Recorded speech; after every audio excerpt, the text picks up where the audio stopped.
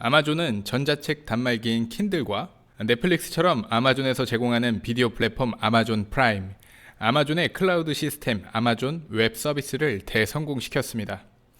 이 서비스들이 성공한 공통점이 있습니다. 과연 무엇이었을까요? 제품이 없는데 홍보부터 한 겁니다. 이걸 워킹 백워드라고 부르는데요. 워킹 백워드를 직역하면 거꾸로 일하기입니다. 일반적으로 우리가 제품을 생산한다고 하면 아이디어 회의를 하죠. 이런 거 어떨까요? 그리고 제품의 컨셉과 디자인 등을 정합니다. 괜찮네. 어떤 컨셉으로 할까? 그 다음 시장성. 그럼 타당성을 한번 조사해봐. 이런 식으로 회의가 진행됩니다. 이걸 정확히 거꾸로 하는 겁니다. 첫 번째, 우리의 상품을 고객이 사용했을 때 어떨지 보도자료를 먼저 작성하거든요. 한 장 안에 제품의 출시 배경, 의미, 장점 등을 쓰는 겁니다. 두 번째, 그리고 자주 묻는 질문들에 대해 상상해보고 그에 답변해보는 겁니다. 누가 쓰면 좋은가? 가격은 얼마나 합리적인가? 이걸 사용하면 어떤 문제를 해결할 수 있는가 등이 되겠죠. 그리고 고객이 사용하고 있는 제품의 모습을 상상하는 겁니다. 이게 디자인이 되겠죠. 그리고 마지막으로 제품 얘기를 하는 겁니다. 한번 예를 들어볼까요? 빨래를 할 때 세탁 후에 세탁기에서 세탁물을 건조기에다 올려야 돼. 매번 올려야 되는데 이게 너무 불편하다 라는 의견이 있습니다.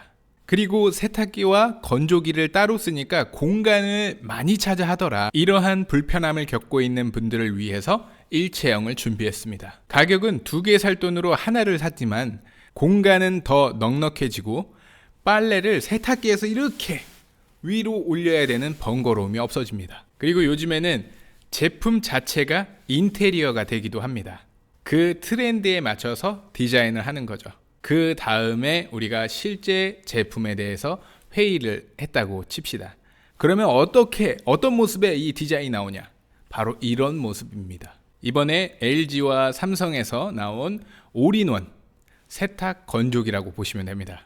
이렇게 거꾸로 기획하면 뭐가 좋을까요? 바로 시간이 단축됩니다. 아마존은 엄청난 성장을 이룬 회사잖아요. 그러니까 제프 베조스는 계속해서 제품 회의를 계속 들어갔던 거예요. 제프 베조스는 말합니다. 하루 평균 2개에서 4개의 제품팀 회의에 참석했다. 그렇게 신제품과 신기능을 깊이 파고들다 보면 한두 시간은 훌쩍 지나가 있었다. 때때로 회의는 재가동 준비에 상당 시간을 낭비해야 했다. 한마디로 본론까지 들어가는 게 너무 오래 걸렸다는 겁니다. 늘 아이디어 논의만 하다가 끝난 경우도 태반이었다고 하죠. 그러니까 해야 할 일을 정할 수 없었던 거예요. 각각의 팀원들이 뭔가를 정해서 이렇게 움직여야 되는데 거기까지 가기가 너무 오래 걸리더라. 이 회의의 늪에서 빠져나오기 위해 제프 베조스가 고민한 겁니다. 마치 출시 준비를 완료한 것처럼 보도자료를 작성하고 자주 묻는 질문이나 어려운 질문에 답변을 준비함으로써 고객의 경험에서 고객의 입장에서 제품을 상상하게 된다는 겁니다. 이 방식의 첫 번째 제품이 바로 킨들이었습니다. 전자책 단말기 킨들은 2007년 이북은 PC에서만 읽을 수 있었는데 이게 너무 불편하다는 문제점을 인식하고 가벼운 단말기로 고객 경험을 개선한다는 미션을 내걸었습니다. 주변에서는 서비스 회사가 어떻게 단말기 회사를 만드냐고 했지만 제프 베조스는 책을 읽는 경험을 바꿔야 된다고 생각했어요. 그렇게 새로운 성공을 만들어냈습니다. 제가 최근에 나영석 PD님의 채널 15야를 봤거든요. 이 아마존의 거꾸로 일하기를 적용할 수 있을 것 같아서 무척 흥미로웠습니다. 보게 된 이유는 제가 정말 좋아하는 송기령 작가님이 이렇게 썸네일에 딱 이렇게 있으신 거예요. 빅데이터를 통해 사람들의 마음을 파헤친다는 마인드 마이너로 소개하고 계시는데 빅데이터 전문가이십니다. 주된 이야기는 당연히 미디어 채널에 나갔으니까 그 미디어 산업에 대한 전반적인 이야기들이 다뤄졌는데요.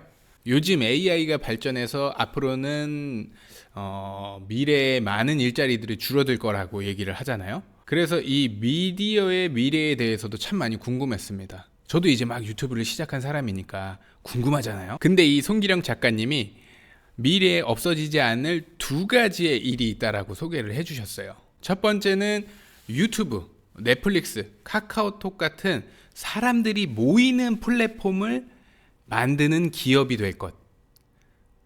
솔직히 한 귀로 듣고 한 귀로 흘려보내기는 했습니다만 두 번째가 중요합니다. 두 번째는 컨텐츠를 제작할 것. 우리에게 조금 더 와닿는 건 컨텐츠를 만들어내는 크리에이터겠죠. 그리고 정말 중요한 건, 정말 돈이 되는 건 상품화다. 저기서 IP라고 하는 건 구독자와 조회수잖아요. 최근 유튜버분들 보면 제품 소개하고 쿠팡 링크나 구매 링크를 넣거나 아니면 본인 채널의 굿즈 등을 판매하시는 걸 자주 볼 수 있습니다. 그리고 기존에 뭔가를 판매하고 있던 분들이 유튜버를 시작해서 인기 유튜버가 되는 경우도 종종 볼 수 있습니다. 그래서 앞으로 미래에는 이런 식으로 상품화, 판매가 이루어지는구나 라는 거를 제가 느낄 수 있었습니다. 굉장히 중요한 관점이라고 생각했어요. 지금 여기 보시면 온양석산이라고, 이분은 쇼츠로 조회수 900만을 찍으셨는데 망한 석재 회사를 살리겠다라고 유튜브를 시작해서 2년 만에 저렇게 빵 터지게 되신 거거든요. 재밌는 건 이분도 왜 자기가 돌 씻는 영상이 900만 조회수를 기록했는지 모르겠다라고 얘기를 했습니다. 온양석사는 이 조경하는 회사에 돌을 납품하는 이제 그런 회사여서 뭐 개인이 사거나 그런 상품이 없었다고 해요. 근데 여러 가지 요청을 통해 가지고 애완돌을 만들어서 판매를 했는데 그게 온라인으로 판매를 시작하고 40초 만에 품절이 됐습니다. 이 IP가 상품화되는 그런 거를 저희가 본 거죠. 그럼 앞서 말씀드린 아마존의 워킹 백워드, 거꾸로 일하기를 적용해보면 팔 게 있는 분들, 사업하시는 분들이 유튜브를 해야 된다는 거예요. 유튜브를 하면 플러스 알파가 될 수 있겠구나 라는 생각이 들었습니다. 왜냐하면 이미 팔 게 있잖아요. 설명할 게 있잖아요. 없는 걸 만들어내는 건 힘들지만 이미 있는 걸 설명할 수는 있다는 거죠. 컨텐츠만 제작하면 되잖아요.